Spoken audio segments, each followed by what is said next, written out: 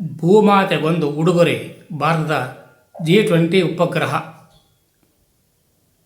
ಪ್ರತಿಯೊಬ್ಬ ಭಾರತೀಯರಿಗೂ ಹೆಮ್ಮೆ ತರುವ ರೀತಿಯಲ್ಲಿ ಇಸ್ರೋ ಮುಖ್ಯಸ್ಥರಾದ ಡಾಕ್ಟರ್ ವಿ ನಾರಾಯಣನ್ ಅವರು ಏಪ್ರಿಲ್ 18ರ ಶನಿವಾರದಂದು ಭಾರತದ ಮಹತ್ವಾಕಾಂಕ್ಷಿ G20 ಉಪಗ್ರಹ 2027ರಲ್ಲಿ ಬಾಹ್ಯಾಕಾಶ ತಲುಪಲಿದೆ ಎಂದು ಘೋಷಿಸಿದರು.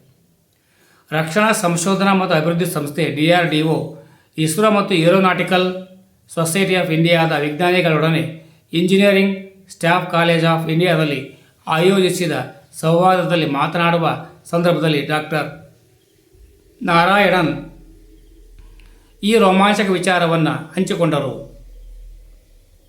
ಈ ಮೂಲಕ ಭಾರತ ಮತ್ತೊಮ್ಮೆ ಬಾಹ್ಯಾಕಾಶ ಅನ್ವೇಷಣೆಯಲ್ಲಿ ಜಗತ್ತಿನ ನಂಬಿಕಾರ್ಹ ಸಹಯೋಗಿಯಾಗಿರುವುದನ್ನು ಸಾಬೀತುಪಡಿಸಿದೆ. ಧನ್ಯವಾದಗಳು. ಸರ್ವರಿಗೂ ಶುಭವಾಗಲಿ.